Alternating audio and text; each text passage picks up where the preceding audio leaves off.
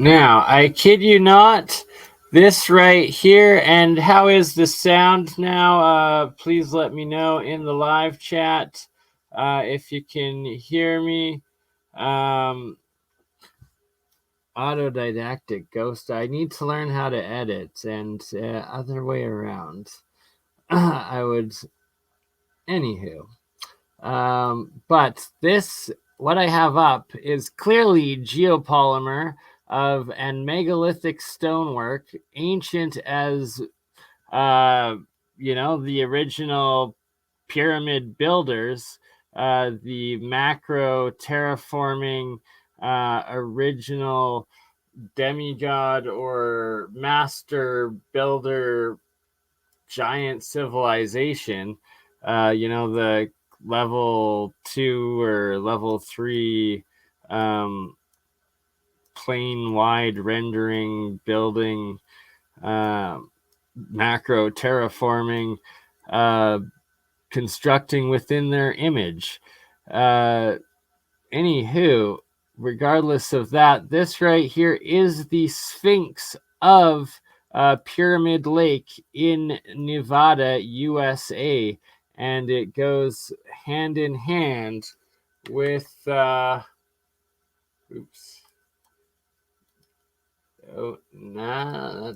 sorry, wrong way. There we go. Here's more angles of it. So you can see this giant sphere that was hollow, broken into, and then the Sphynx, the head, and the different, what looks like megalithic conglomerate geopolymer concrete of some sort. Another pyramid mountain in the background. This is actually the island within the lake, and the head of the Sphynx itself. Another image. Usually this is underwater. And here's from now the drying out lakefront beach or land of the lake. This is the first smaller pyramid, that just the tip, and then the second main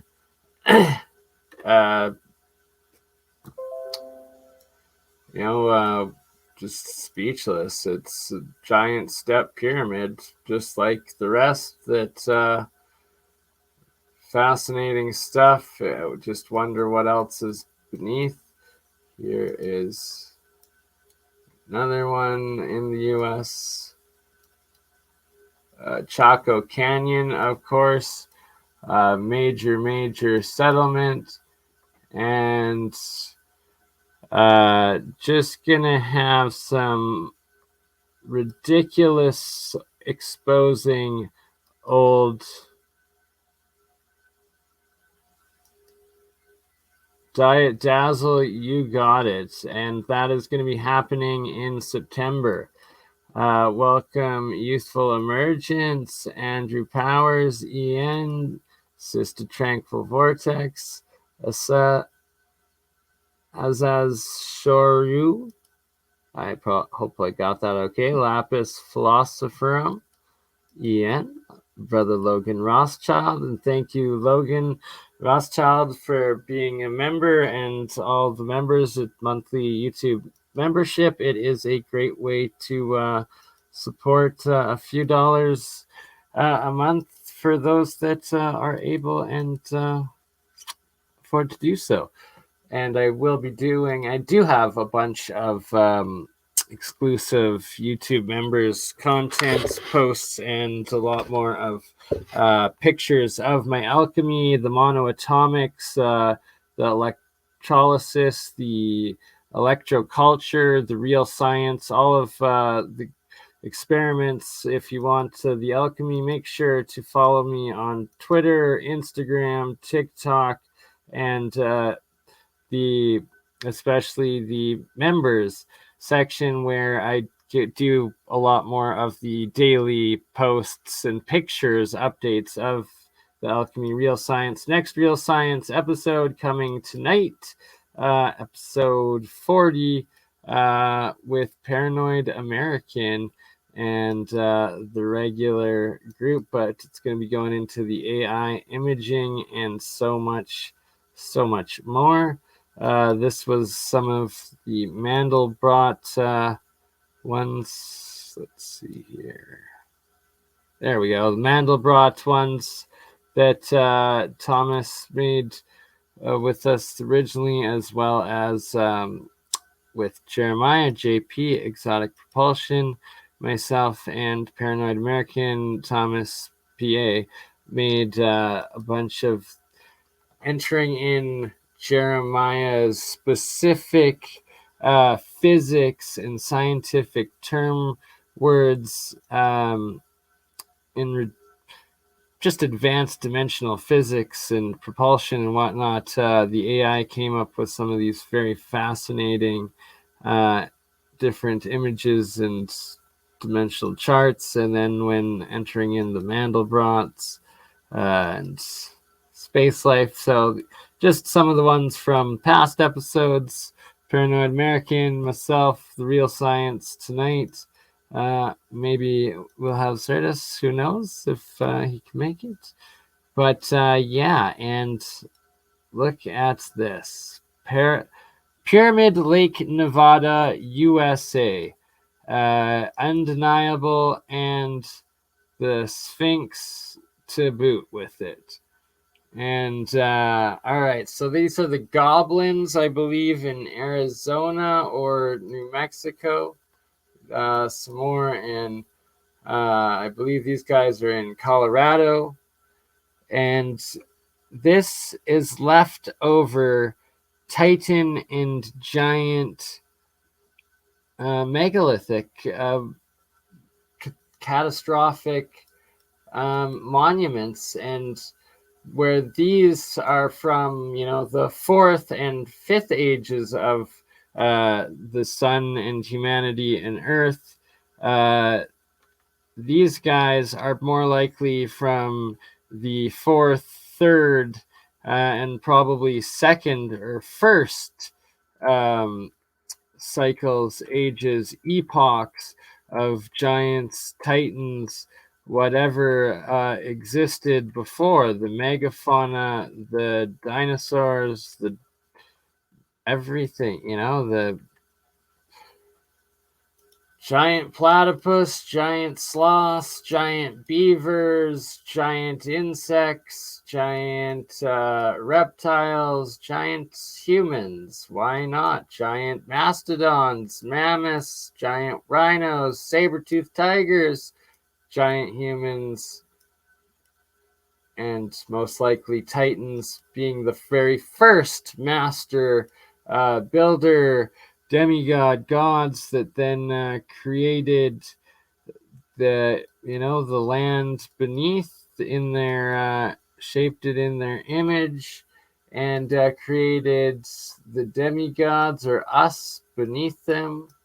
And they cycled out. Maybe they're still in planes above or in this plane, below or above.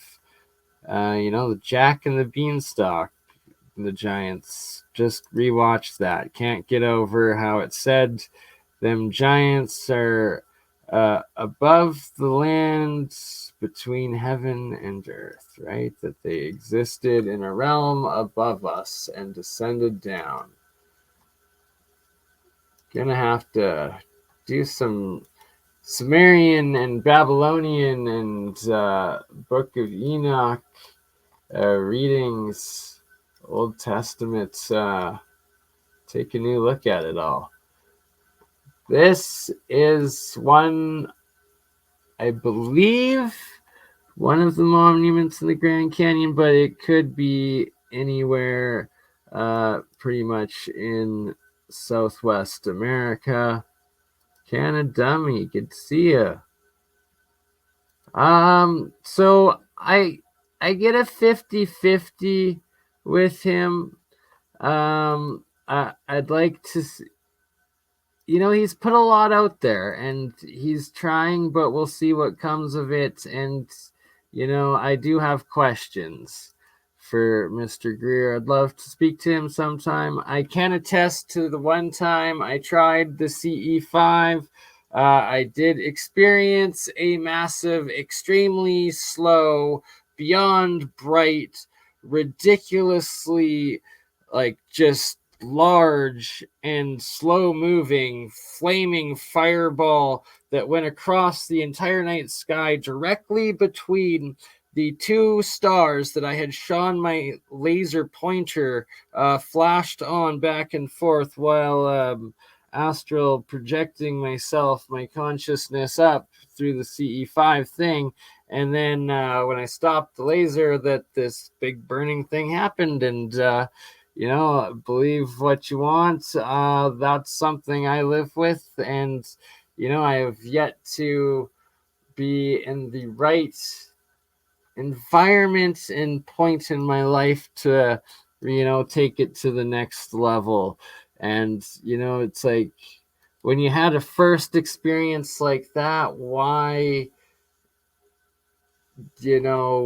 risk not repeating it until you're ready to actually have it repeat in such a way.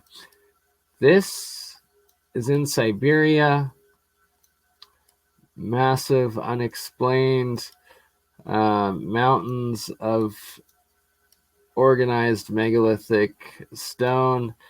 This one called the Nest. And it's there's similar sites really all over the world.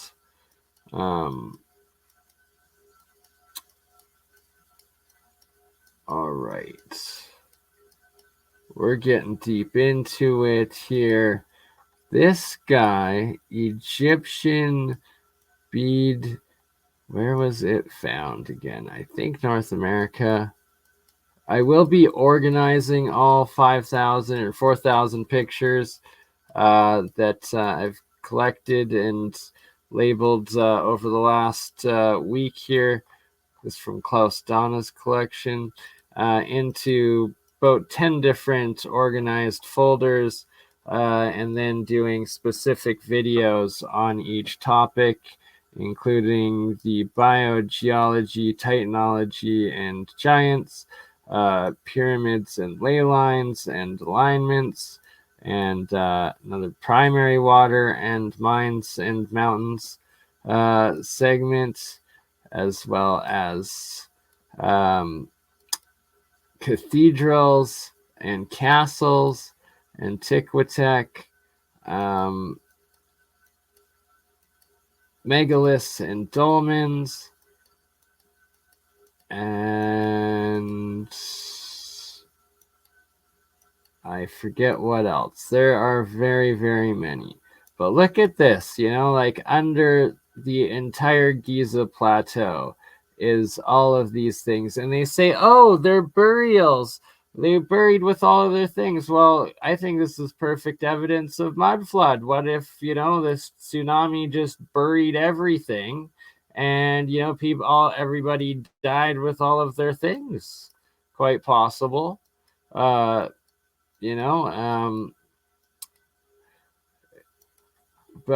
all of these are not natural. They're just super ancient, super eroded, and been through several rounds of catastrophe. I'm going to play the video, a bit of the video of myself, Shem, Elkman, and Esra from yesterday, where we Brian brings up the map and we find the pyramids in Nunavut, Canada, and then I'm going to bring up some of the website that we have exploring the articles. Devon Island, the largest uninhabited island in the world. Devon Island also has pyramids and macro-structured, terraformed, what looks like artificial mountain ranges, coastal ranges, blockwork, and just terraformed islands. Potentially some Nan-Madol in it. Look at the Nunavut. So this is the indigenous Inuit, northwestern native peoples of Canada's languages. That's pretty similar to a few. Wow, like mind-blowing. I'm gonna be getting back into this. But yeah, Devon Island, it looks pretty Slavic, actually. Very Slavic indeed. Like, it's so Russian, it's ridiculous. AKA Tartarian. Oh, wow. That's a monument island as well. If it is an island and not icebergs. But yes, Devon Island is famous for not only being the largest uninhabited island in the world, that nobody lives on it, especially year-round, but NASA has set up several training rover missions on Devon Island that also has what looks like megalithic and pyramids. It straight up has pyramids. Look at this straight circular,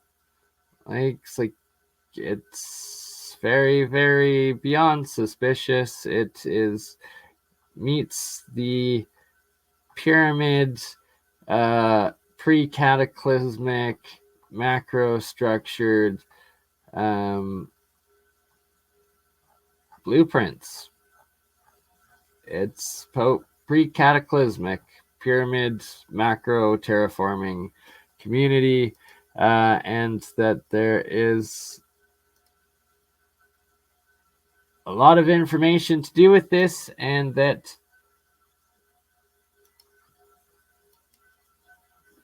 Hominid, which one did you email me at and when? If I must have missed it, and please just hit resend on it, as I get so many different ridiculous spam from the YouTube and the Rumble and the OdySee and the TikTok and all the different accounts for each email that emails get lost very quickly, and I try to respond when I get them or star them and respond when I have time. And I've been horrible with that lately this last week, though. I do need to go through my emails, and I apologize to anybody that I'm missing. And Telegram, I have my new phone right here. I'm going to switch over to it this week, before this week is done, before it becomes July, at which point I will finally start doing my Telegram. And I've been using the new tablet more, so I will put Telegram on there and start getting on the Telegram. I'm very sorry. I do have a new TikTok going that is BurnEye at BurnEye369. Almost at 1,000 subscribers. It's only a month old. Devon Island, Canada, with pyramids in it, and NASA rovers, and that Devon Island, they try to claim that, it's just rover testing, and it's just the harsh conditions. And then the conspiracy of Devon Island is that, for all we know, that they were shooting Mars rover footage on Earth off of Devon Island, never actually being in Mars.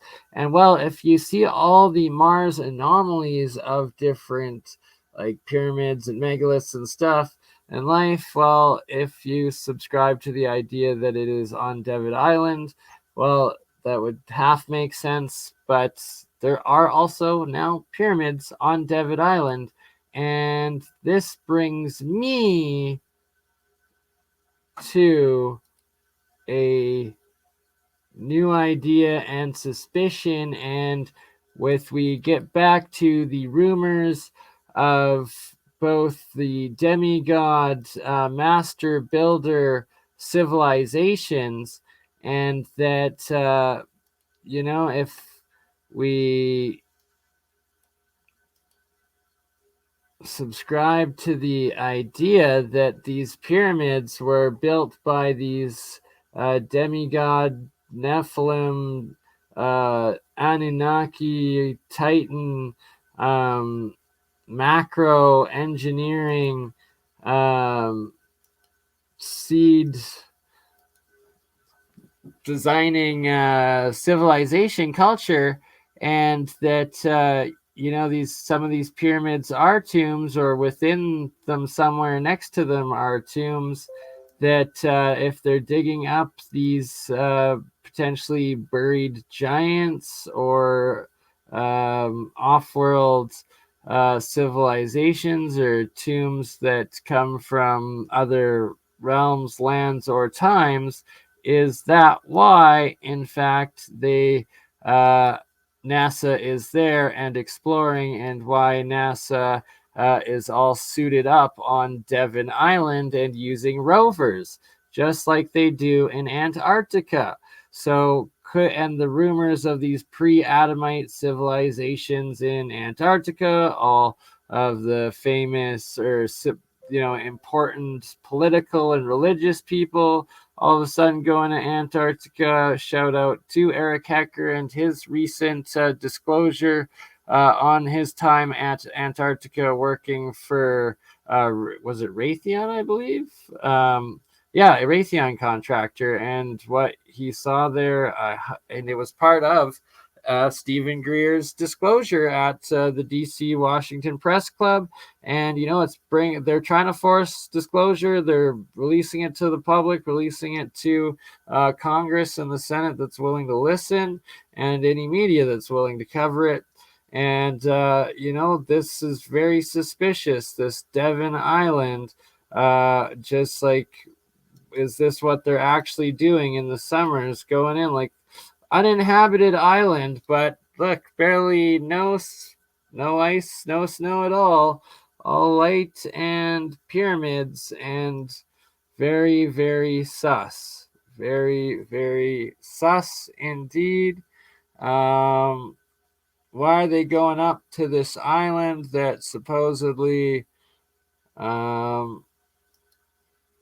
is completely uninhabited? Oh, there's a tent, but that could be a potential buried pyramid. These coast, this red sandstone granite, or red sandstone limestone layers that we see, it's this macro terraform stuff. It's the exact same stuff in Jordan, Petra, in Egypt, in throughout the Midwest, Utah, U.S., Grand Canyon, throughout Malta, throughout the UK, and Paul Cook and Nikki B's works. And that it also is in these islands, Devon Island, and anywhere that the master builder technology remains, former epoch structures remain, was with that red, white, limestone geopolymer layers. And oh, looky that. That is, look at this. Like, how do you have perfectly structured right angle? Like, this is just nuts. That is canal degree, like grade. Look at this, right? This is terraformed from the master builder technology, and it also looks just like the Badlands. Badland national parks everywhere in the world always look like these Badlands with these different layers, which could be potentially look more like structured alternating geopolymer or ruined layers, as opposed to natural deposited layers. This is as super sus as we get. It looks macro terraformed, running around with rovers. Why are they doing all these rovers up here? That looks potentially megalithic up there. Like, oh wow, why are you going around in suits? Why what's the biohazard up here? What are you exploring? Is it the land of giants that you're exploring?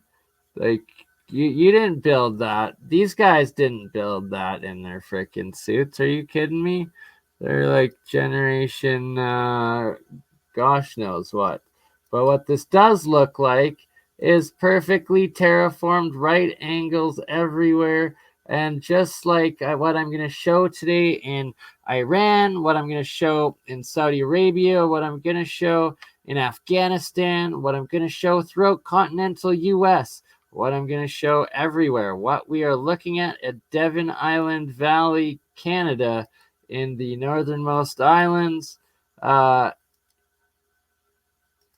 It doesn't matter where you go, you get these pre-cataclysmic, macro-structured, terraformed design. Like, look at these. These are more of them crazy walls. What is special about Devon Island? Well, how about them the massive walls? I say that's pretty special about Devon Island. And how about the pyramids in Devon Island? Yeah, they're definitely pretty special too. Just fascinating, and it really does bring up that idea of Anunnaki or Nephilim, giant titan, demigod, pre-Adamite master civilization builders, right? Like what are these? Data set from Devon Island. That looks like just what is going on in Devon Island? What really is going on in Devon Island? And not just Devon Island. Look at this, another pyramid mountain on Devon Island. They really are. Just blows me mind every time.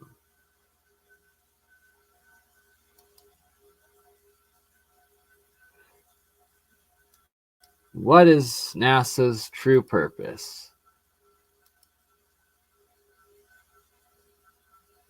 All right. Then we've got this one. More mountain pyramids. Oh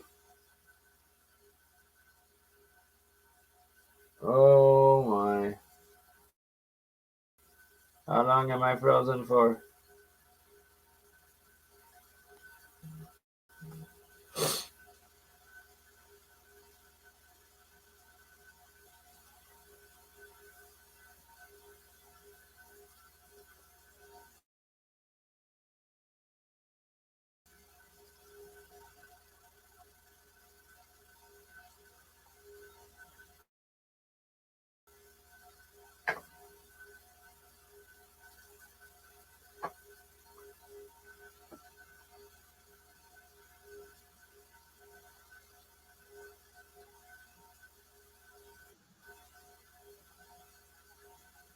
Ooh. Oh my goodness, I'm back. It's so frustrating, but well, we're still here. Okay, what was I showing? Nature built this. Nature did not build these, and they map out to specific area. Mountains of Tenerife. No, these are the pyramids of Tenerife. This is the Azore Islands. And yeah, this is Tenerife. Shout out Richie 007. And look at that. What is this giant Titan skull carving in the background behind the giant step pyramid? How many do we have to see around the world? Nature does not build these. Also in Tenerife, look at that. Look at that. That is a Sphynx. That is a Sphynx in Tenerife. Fascinating stuff. There's actual other pyramids that are recognized as built pyramids, more recent human-sized pyramids in the Azores and Tenerife as well. But look, this is the giant guy right here. Like some sort of animal, possibly Sphynx. Another monument in the back on there. Just fascinating, fascinating. Everywhere we look, more and more. Where else? Pyramid found. St. Thomas, Jamaica pyramid. All of these, here we go, the Caribbean one. This is the one.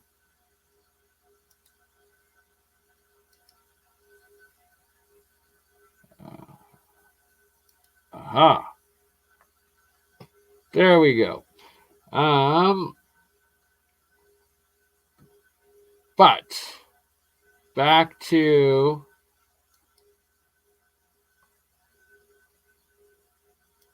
the Nunavut in Devon Island. As that looks like another pyramid on Devon Island.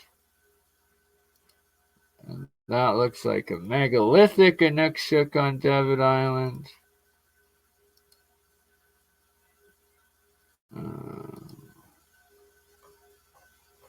And of course, they'll tell you NASA made the stuff. I guess you guys didn't see that, did you? Oopsies.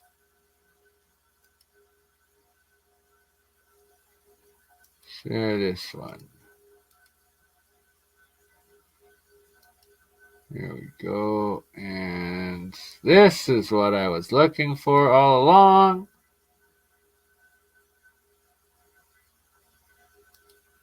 We're starting with shout out Olaf the Sverker and the 7,000-year-old Slavic calendar. Olaf, great channel. And yeah, we will play this first. Hello again, everybody. And today we are going to be talking about the ancient Slavic calendar. Let me know how the sound is, please. Now, there are many calendar systems in use in the world today, and there are even more if we go further back in time. In the West, we use what is known as the Gregorian calendar, which in 1582 replaced the Julian calendar. And the Julian calendar had been in place since the times of Julius Caesar, and he put that calendar into effect in 46 BC. The Chinese use a different calendar, and on their calendar it is currently the year 4717. And this associates, as we know, a different year with different animals and different elements. The year in which these calendars place us in has a massive degree of variance depending on which one we use. So the Jewish calendar puts the year at 5781, for example, and the Indian calendar places the date exactly 57.6 years ahead of us on our Gregorian calendar. Now, these calendars are more or less fairly well known, and when we think of ancient calendars, we usually think of the Mayan calendar, which, as you know, was supposed to chronicle the end of days in 2012, and I'm sure we know how that went. But in 1944, scientists made the discovery of a far older and a far more accurate calendar, even when compared to our own interpretation of the modern date and time. And the calendar I'm talking about is the Slavic Aryan Vedic calendar, which places the current year at 7,529 from the creation of the Star Temple, from the creation of the world in the Star Temple.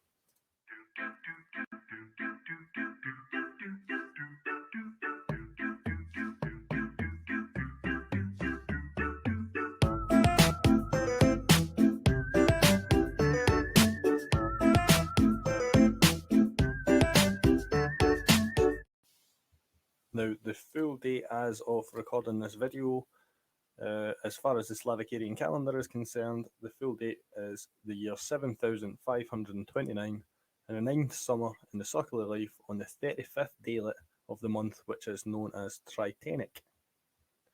This calendar was in use throughout Russia and Eurasia until Peter I, I refuse to call him Peter the Great, had a reform, and he converted the entire country to Christianity, and as such changed the date to be counted from the birth of Christ as opposed to the creation of the world in the Star Temple. Now, there's very little written about this in modern times. However, if you go to Peter I's Wikipedia page, you can see here, in 1699, Peter changed the date of the celebration of the new year from the 1st of September to the 1st of January. Traditionally, years were reckoned from the purported creation of the world, and after Peter's reform, they were counted from the birth of Christ. Thus, in the year 7270 of the old Russian calendar, Peter proclaimed that the Julian calendar was in effect, and the year was 1700. Now, although we knew about the existence of this calendar because of Peter's reform, there was very, very, very little written documents until in the 1940s scientists began the translation of these documents here, the Slavic Aryan Vedas, which were golden tablets that needed translation into Russian. They've still not been translated into English, and as today, only one of them has actually been translated into Russian. Now, as we can see here, there were still some accounts of the true date. In fact, there was a few, despite the censors going about and destroying any evidence of this calendar having ever existed. One of the best ways of controlling a people is to take away their history, and one of the best ways to take away their history is to deny their most significant event, and it's usually a significant event that these calendars start their count from. This extremely complex and accurate calendar requires no adjustment for leap years and runs in perfect cycles. This calendar shows that not only the history of the Slav people extends back far further than what mainstream historians would tell us, including their written language, but also speaks volumes for the development of these people, as any calendar requires the usage of written records and observation of celestial events. For the calendar to have reached the date of 7208 before changing, it shows that the people remained unified for this entire time under one empire, and that the same calendar was used throughout. Here we can see a monument where the date is written as 7162. So you can see that even after this reform, not everybody followed under the new calendar.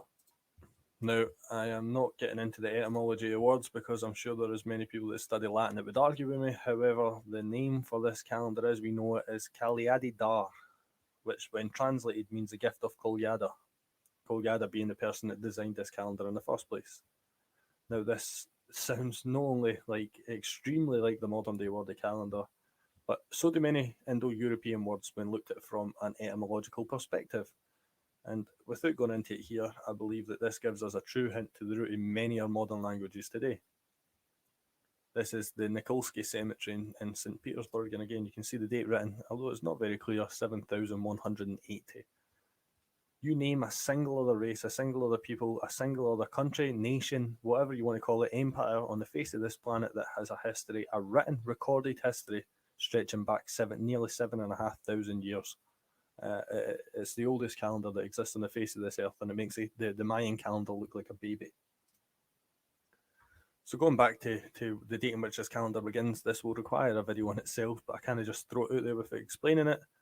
The creation of the world in the Star Temple. We must ask ourselves what this means. What event could have been so significant to the people at the time that they began a new calendar? They started account from that date and stuck with it for over 7,200 years until the calendar, along with their history, was stolen out from underneath them.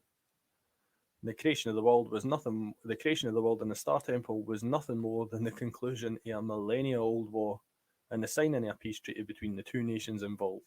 The ancient Slavic Aryan Empire, which we know under its most modern name of Great Tartaria, and Cathay, or ancient Aramea, which we now know as China. This is the Alexander Cemetery in St. Petersburg, and again, if you look closely, if I've not lost it, where are we? There is a date in here somewhere.